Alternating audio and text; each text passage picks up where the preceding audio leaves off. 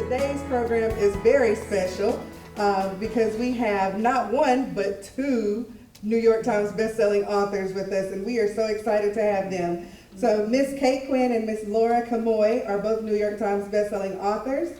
Miss Quinn is from Southern California. An interesting fact, when I was doing my research, she earned her bachelor's as well as her master's degrees in classical voice. So not only can she write, but she can sing too. And Miss Quinn is the author of the best-selling Empress of Rome saga. She lives in San Diego with her husband and their two dogs. Next we have Miss Laura Kamoie. She's a Wall Street Journal and USA Today best-selling author of historical fiction. She holds a doctoral degree in American history from the College of William and Mary. So another interesting fact, prior to transitioning to writing full-time, she actually was an associate professor of history at the U.S. Naval Academy. Wow. Yes. She lives in Annapolis, Maryland with her husband and two daughters. So it is truly a pleasure to have them with us today to discuss their newest book, Ribbons of Scarlet, which hit shelves today. Yes, today is the publishing date. Yes. So this is actually the Ribbons of Scarlet Tour kickoff event. This is the very first event, and they brought it here to Gaston County. Can we get a round of applause? So thank you so much for choosing Gaston County to kick off your tour. So without further ado, please welcome to Gaston County Public Library, Miss Kate Quinn and Miss Laura Kamoie.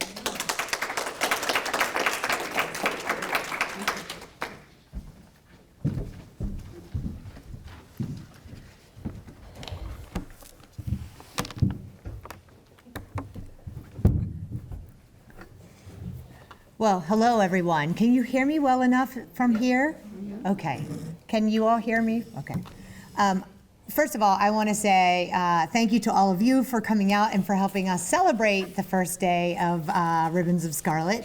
I certainly want to thank the library and just meeting Dandria in the first few minutes here, I already wish this was my library locally. So thank you, Dandria. Thank you to the friends of the library for the lovely lunch and the amazing cookies that we could not resist. And certainly thank you to Park Road Books also for supporting the event. We really, really appreciate independent booksellers, and we know how important both librarians and indie bookstores are to what we love to do, which is write books and get them in readers' hands. So we're going to talk today about the book Ribbons of Scarlet, a novel of the French Revolution's women, and then we'll leave plenty of time for questions and answers about anything that you might like to discuss. We're thrilled to be celebrating this book, which is 2 years in the making, I think. It's the epic saga of how women started and fought in a revolution and changed the world. Now, if you don't know a lot about the French Revolution, I want to take just a few minutes to talk about what the French Revolution was. It took place in the late 18th century for a decade, between 1789 and 1799, so about 15 to 20 years after the American Revolution. And it erupted because of both sort of longer-term problems in French society and more immediate problems. And the longer-term problems were, first of all, the American Revolution was a problem, and in the end, for the French monarchy, because many French people, many officers in the French military came over to the burgeoning United States and helped with the military effort. And they were very much inspired by this fight against another monarch, and they were very much inspired too by the bigger ideas of the Enlightenment, which was a period of thought about freedom and justice and equality that had people looking at governments in a whole new way. So those were some of the longer term causes. The more immediate causes were people were hungry because there had been several years of droughts, several years of bad harvests. There was not enough bread. Grain prices and bread prices were going sky high, and people were literally starving. And that became an immediate problem for the French Revolution, or for the monarch, and an immediate cause of the French Revolution. the sort of moderate politicians picked up on this fervor among the people for change, and they began trying in a more moderate way to affect change by maybe creating something like a constitutional monarchy. So it all got underway in this sort of very hopeful way that change could happen, but we could maintain some of the fundamental institutions that were so important to French history. And in the meantime, you also had all these American founding fathers in France saying, Yes. we had a revolution, it turned out great, it's easy, I promise. Easy. Of course, Jefferson's also the one who said that the tree of liberty must be watered from time to time with the blood of patriots and tyrants. So, you know. Though we did not say that wasn't it till the Whiskey Rebellion? It was a little later, but Yeah, okay. he didn't have a problem with little violence from time to time either. And so it ended up actually resulting in fundamental change to French society. So there was an abolition of the three-tier political class system. There was an abolition of feudalism. There was an abolition ultimately of the monarchy. There was abolition of hereditary titles. So everybody who had been marquises and dukes and all the things, those titles went away. They had no more meaning in French society. They abolished the state religion. They got rid of the Catholic Church, which was wildly unpopular with some members of French society. And they ultimately got rid of the institution of slavery, although it took them quite a few years to sort of get to that particular change. So fundamental change results from what the revolutionaries at the very beginning thought, well, maybe we can just make some reforms, and it ended up being wholesale change. It also resulted in thousands of deaths, particularly during the period of the French Revolution known as the Reign of Terror, which was when the most radical of the revolutionaries used mass executions as a way of getting rid of and silencing political opponents primarily. And so it was really a violent revolution, certainly compared to the American Revolution. You don't see anything of that kind of scale in America. And finally, it not only changed so much about French society, but it really became the revolution that most spread the ideas of freedom and equality and justice to the other parts of the world. Throughout Europe, into the Americas because of the French colonies. It was the French Revolution that really had more of the worldwide impact, in part because when Napoleon becomes emperor and he tries to conquer much of Europe, all those French ideas go into all those other parts of Europe, and he ultimately can't hang on to all of that territory because of the spread of those ideas. Well, it's really all those foreign monarchs are quaking in their boots Yes. at the French Revolution, because to monarchs, revolution is like smallpox. It is very, very catching. And you are very worried that the French are going to literally infect your people with the smallpox of revolution. So you had a lot of monarchs who were very scared. Yeah. Now, we know that, and we're already having a lovely lunch conversation, we know that people are always very interested in what inspires you to write a book, and in this case, what inspires us to write a book that is authored by 6 ladies. And so we wanted to tell you a little bit about that. So 3 of our ladies, Kate included, along with Stephanie Dre and Eliza Knight, are co-founders of a historical fiction author cooperative called History 360. And the idea behind these books is to write multi-author projects that look at a historical topic or event from multiple perspectives, to try to get all of the perspectives in to tell the fairest, truest, most complete version of what happened in an event. And so they had already had experience doing that. There were 4 previous History 360 novels before this one. And so they were thinking, well, what's next? What could we do next? At the same time, I have co-authored 2 novels with Stephanie Dre, America's First Daughter, about Thomas Jefferson's eldest daughter, Patsy Jefferson, and My Dear Hamilton, about Alexander Hamilton's wife, Eliza. They knew Hamilton was cool before Lin-Manuel Miranda. We did. And so Stephanie and I had seen all of these interesting connections between the French Revolution and the American Revolution. All the French people who came here when Patsy and her father are in Paris, all the Americans who are coming to Paris. There's really a lot of sort of cultural exchange going on between the two.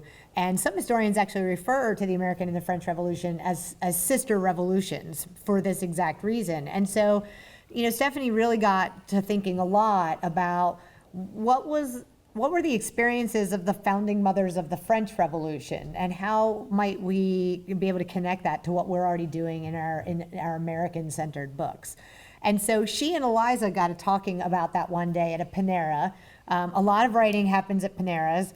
In fact, Kate and I spent the morning at the Panera before we came here. So we can't escape Panera. We can't escape it. It's our home away from home, I guess. Certainly the office away from home. Office away from home. And so they got to talking about how the sort of very modern feeling approach of the women of the French Revolution to the fight for their own rights, how that seemed in so many kind of interesting ways to parallel things that were going on in our society today, and that made them want to sort of explore the French Revolution more. And then they had to figure out who were the other authors that they were going to pull into the project. And they pulled in all people who had experience working on multi-author books, who were people who were interested in writing the stories about strong women. And that was how the writing team behind Ribbons of Scarlet came about. All right, so we've given you a little background on how the book came to be and why the French Revolution. We can talk a little bit now, I think, about which women we chose and why. We chose a total of 7 heroines, 6 authors, but one particular section has 2 viewpoints. And these women were chosen, they're all real historical figures. That was something that was really cooked into the concept from the beginning. We wanted real women on the ground so that we could make it very clear that this is a real story. And it's not something that is fictionalized just for fun. So if you want to meet our heroines, they are also chosen to really reflect the full socioeconomic background and the full range of political beliefs, so that we're not just telling one side, we're telling all sides. So we have Sophie de Gruchet, who is an aristocratic philosopher in her own right. Louise Audoux, who is a fruit seller and became the so-called queen of the market women. We have Madame Elizabeth, our only royal, who was the king's sister and very fervent royalist, of course. Manon Roland, who was a politician's wife and a very great political writer. Charlotte Corday, probably a few of you have heard of her, the convent-trained assassin. Pauline Lyon, who was a chocolatier who turned radical feminist. And finally, Émilie de Saint-Amaranth, who was a courtesan's daughter and a very noted beauty of the day. Now, that's quite an assortment of ladies, and it really does, they're not only just a range of political beliefs, but also of ages, of marital status, of economic status. It's all across the board. And as I said, we wanted this because we wanted to show a full 360 view of the revolution, looking at it from all sides, to really make it clear that there's no such thing as the right side and the wrong side, the black hats and the white hats. It is almost all shades of gray. So really, why these specific women and not other women? Because that is something that really was quite difficult in the narrowing down process. Now, the process of choosing the heroines started with a huge Google spreadsheet, and Stephanie Dre, as we always say, is the queen of the Google spreadsheets. And if there's ever if this project deserves a subtitle, it's probably "Let Me Start a Google Doc." I don't know if any of you have worked with those, but they're interactive docs that are online, so more than one person can work in them at once. And this book could not have been written without them.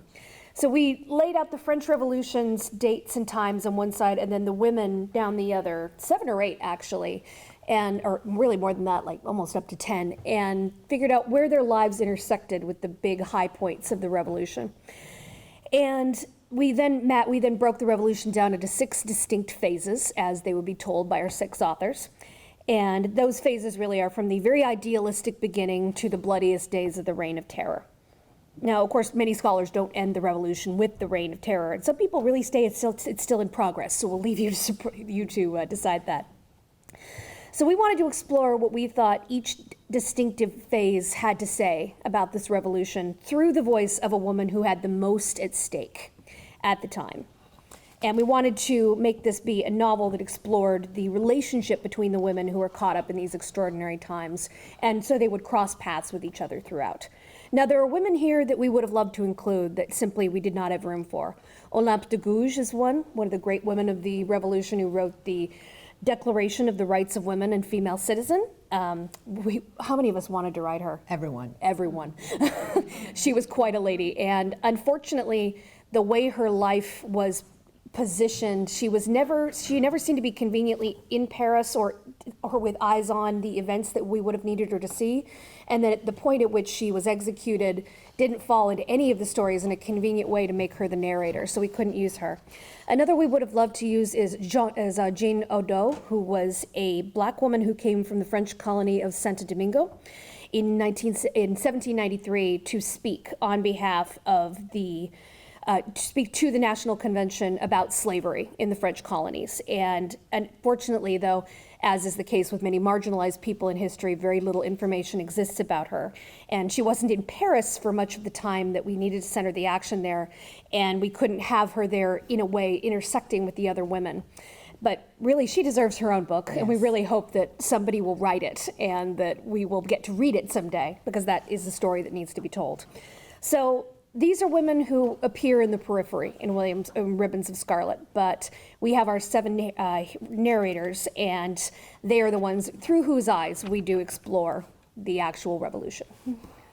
Now, women were there from the very beginnings of the French Revolution in ways that you might be able to guess at and imagine, and in ways that you might find surprising.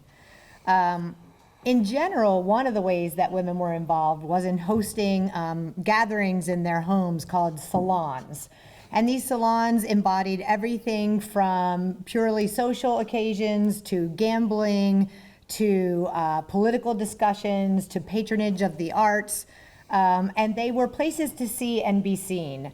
They were places of status. They were places where the great artists and the great philosophers and the great theorists and thinkers would come together, and they were really places where the exchange of ideas took place. They were places where sort of the Enlightenment really got supported and expanded among all the people who attended. And women were, in many cases, running these salons, and there were quite famous saloniers, including 3 of our heroines, Sophie de Gruchet and Manon Roland, and Emily's mother also ran a salon. And so we see women from the very beginnings of the revolutions are engaged with the biggest thinkers of the day, and they're not being excluded from these political and philosophical conversations. And I think that that's a really important thing to know that they were doing. Another sort of general thing that's happening is you wouldn't necessarily think of this as activism, but in a way it is. It's the kind of activism that permeates a culture without anyone having to sort of say, this is me fighting for something. And it had to do with changes in fashion from the beginning of the French Revolution to, say, midway through. So just before, the gowns were extremely luxurious. They had the wide-hipped panniers underneath, lots of bows and frippery and lace and silks. And 18-inch hairdos. Yeah, the big hairdos that had like battleships and feathers and stuff in them, famously associated with Marie Antoinette's opulence, of course. But all of that became symbols of oppression. And so over the first early years of the revolution, those pannier skirts go away, the silks go away, the lace, all the opulent hairstyles. You now see people wearing sort of the cotton muslin with maybe an overdress or just a sash around it. And so all of a sudden, it's no longer okay to flaunt your wealth and to flaunt your sort of opulence when people are starving.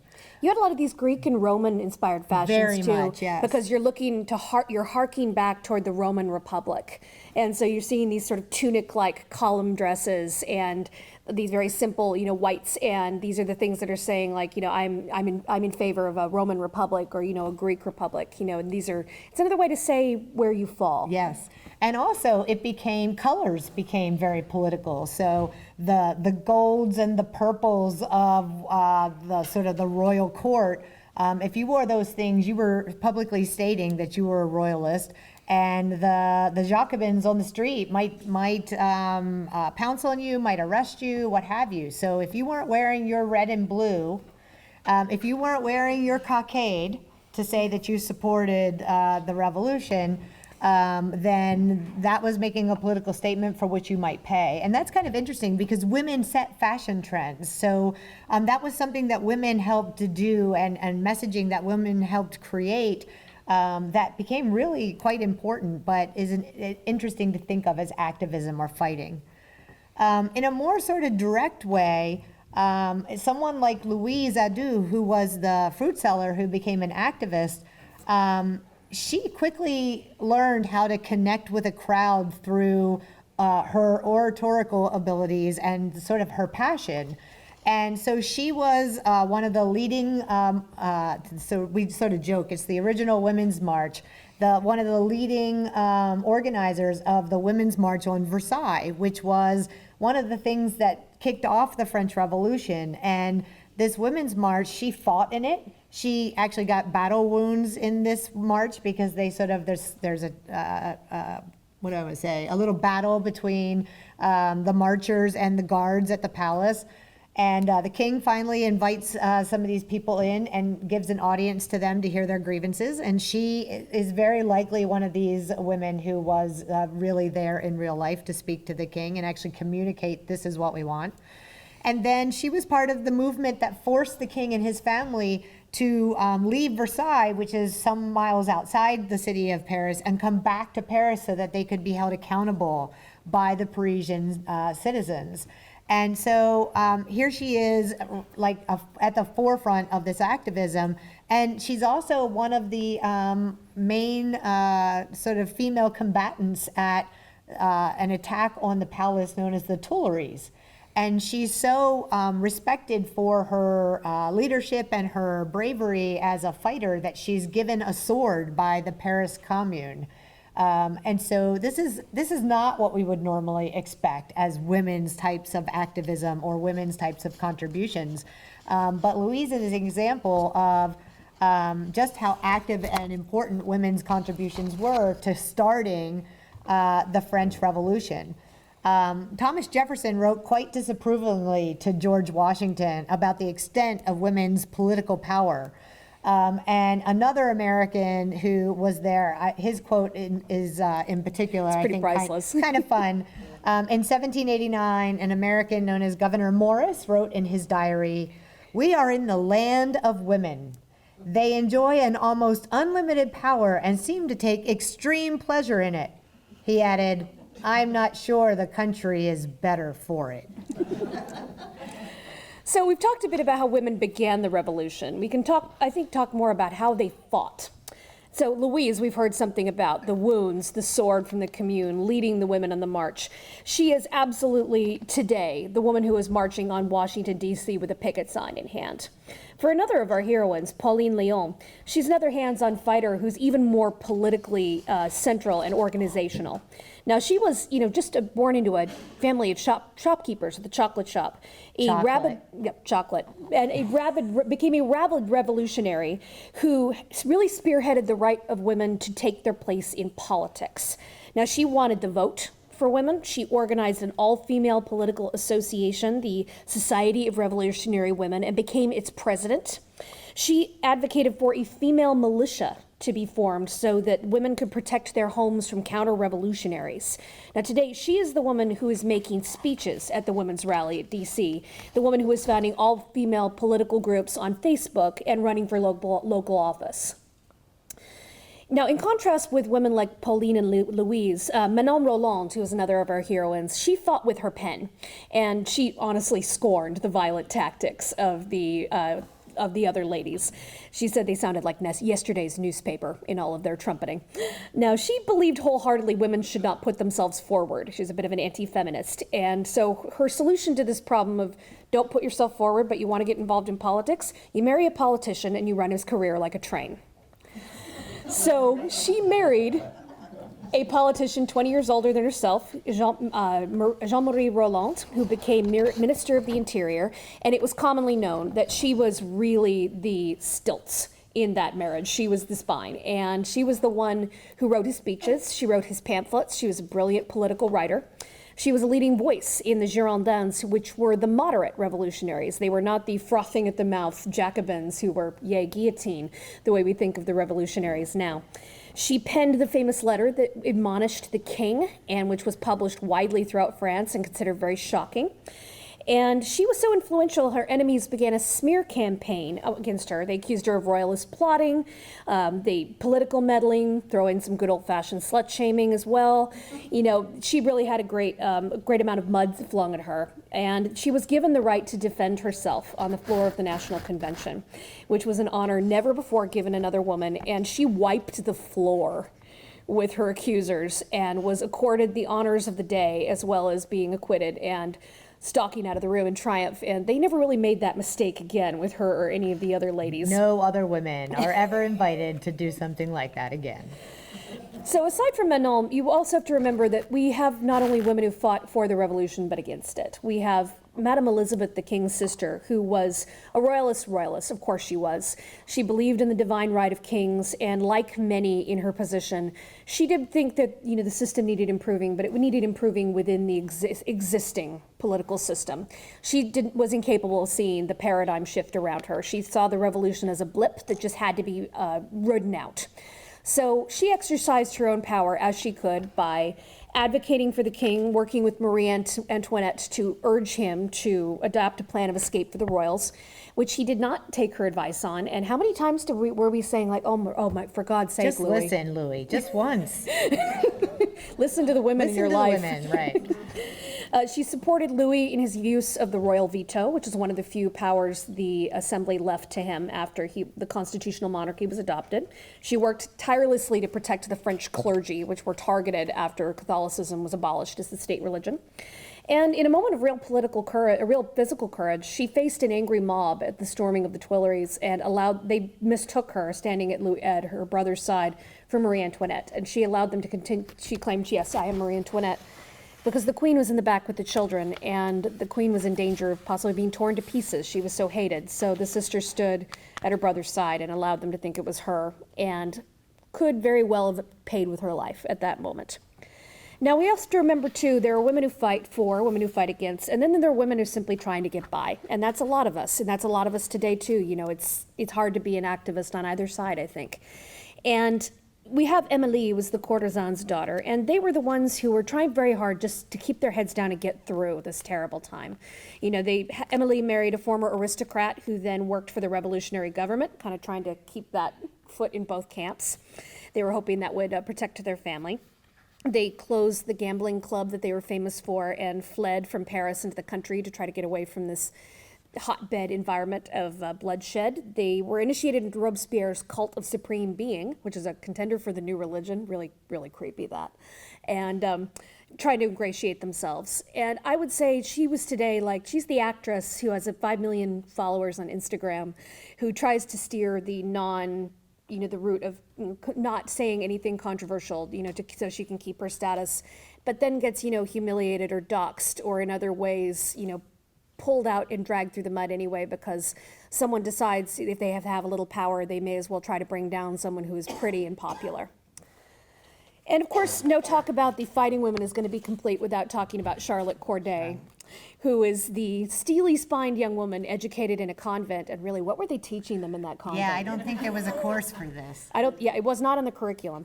But she was very much revolutionary, but revolted by the increasing violence. And so as a practical young woman decides to do, if there's vermin, somebody needs to take it out, right? So she went to Paris. She bought a kitchen knife. She obtained an audience with Marat, who is a really rabid, frothing at the mouth, one of the worst of the violent revolutionaries. She got an audience with him while he's soaking in his bathtub to relieve a skin condition, and she stabbed him through the heart. And at her trial, her prosecutors could not believe that she had no puppet master. They kept asking, who is your lover? Who gave you this plot? Who paid you to do this? What man is behind this? And they couldn't really believe it was Charlotte, who simply saw that there was a problem, saw that no one else was taking care of it, and as a practical young girl is what to do, took care of things herself. Now today she's the activist who does not hesitate to go to jail for her beliefs and to stay there if that's what's necessary. So after hearing about Charlotte's actions, it might not surprise you to learn that women were increasingly blamed for and punished for the setbacks and ills of the revolution by groups all across the political spectrum. And in fact, it seems very much possible that Charlotte's actions helped to accelerate violence against women because her actions literally scared men out of their minds.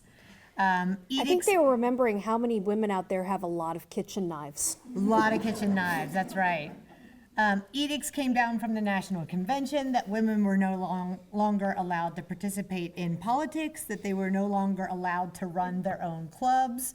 The number of executions of prominent women escalated because they're thinking, if this young, educated, convent-trained, virginal, and they checked by autopsy after they executed her. Just as icky on so many levels. It's just bad. If someone like this is willing to take a life, make a political statement of this kind, we have to shut down women's political activism altogether. And so there are a number of prominent executions that happened afterward. The most probably prominent of them was the execution of Marie Antoinette, the Queen, but probably more surprising than her was the execution of her sister-in-law, Madame Elizabeth, the king's brother, who was Elizabeth's one of our characters. And the reason why it was really kind of surprising that Elizabeth would end up dying is because when the royals were originally rounded up, some of them were sort of characterized as the main wrongdoers, particularly Louis and Marie Antoinette, but then like their children and Elizabeth were sort of characterized differently. And so they were going to be exiled from the country, and the children were sent, the daughter was sent away. Elizabeth also could have gone, and she decided not to. And then the government changed its mind about Elizabeth and put her in the category of those who had to pay. She did not find out what the charges against her were until she appeared for the trial, which was often how these things went. She was accused of conspiring with Marie Antoinette, with corresponding with both internal and external enemies, of helping to fund the counter-revolution, of having known about and assisted the king's attempted escape. And the truth was, she did do all of those things. So sort of hearkening back to the way that women fought, she was active behind the scenes in doing all these kinds of things. But there was one accusation against her that was not only not true, it was also very, very painful to her. And that was that she was accused of incestuous relationships with her nephew, the Dauphin. Who was only 8 years old. They're really reaching on that one. So, and this is kind of interesting, right? So they have to have some sort of sexual wrongdoing as part of what they are going to execute Elizabeth for. And when I think about Manon, there's like a theme there, because she was also the victim of a dedicated sort of virulently sexist smear campaign. Her quiet political dinners were depicted as orgies where she lounged among the drained bodies of her lovers. Like, these are the words right out of newspapers. She was accused of cuckolding her husband with his political allies. And her husband was mocked as being weak because his wife was the man in the family and the writer of his speeches. So notice again how they have to have sexual wrongdoing as part of how they want to take these strong activist women down. She was the woman that men loved to hate because she was smart. She was not easily intimidated. She could go toe-to-toe with them in debate and in her knowledge of the issues of the day.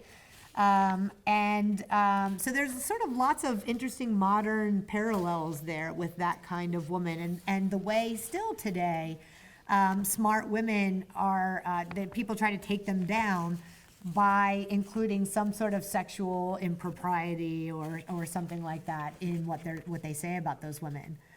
And then Emily de St. Amaranth, one of the interesting things about her experiences is that a few prominent men may have used their positions in the revolutionary government to exact revenge against her for having rebuffed them in the past, or having excluded them from her mother's quite exclusive gambling parlor.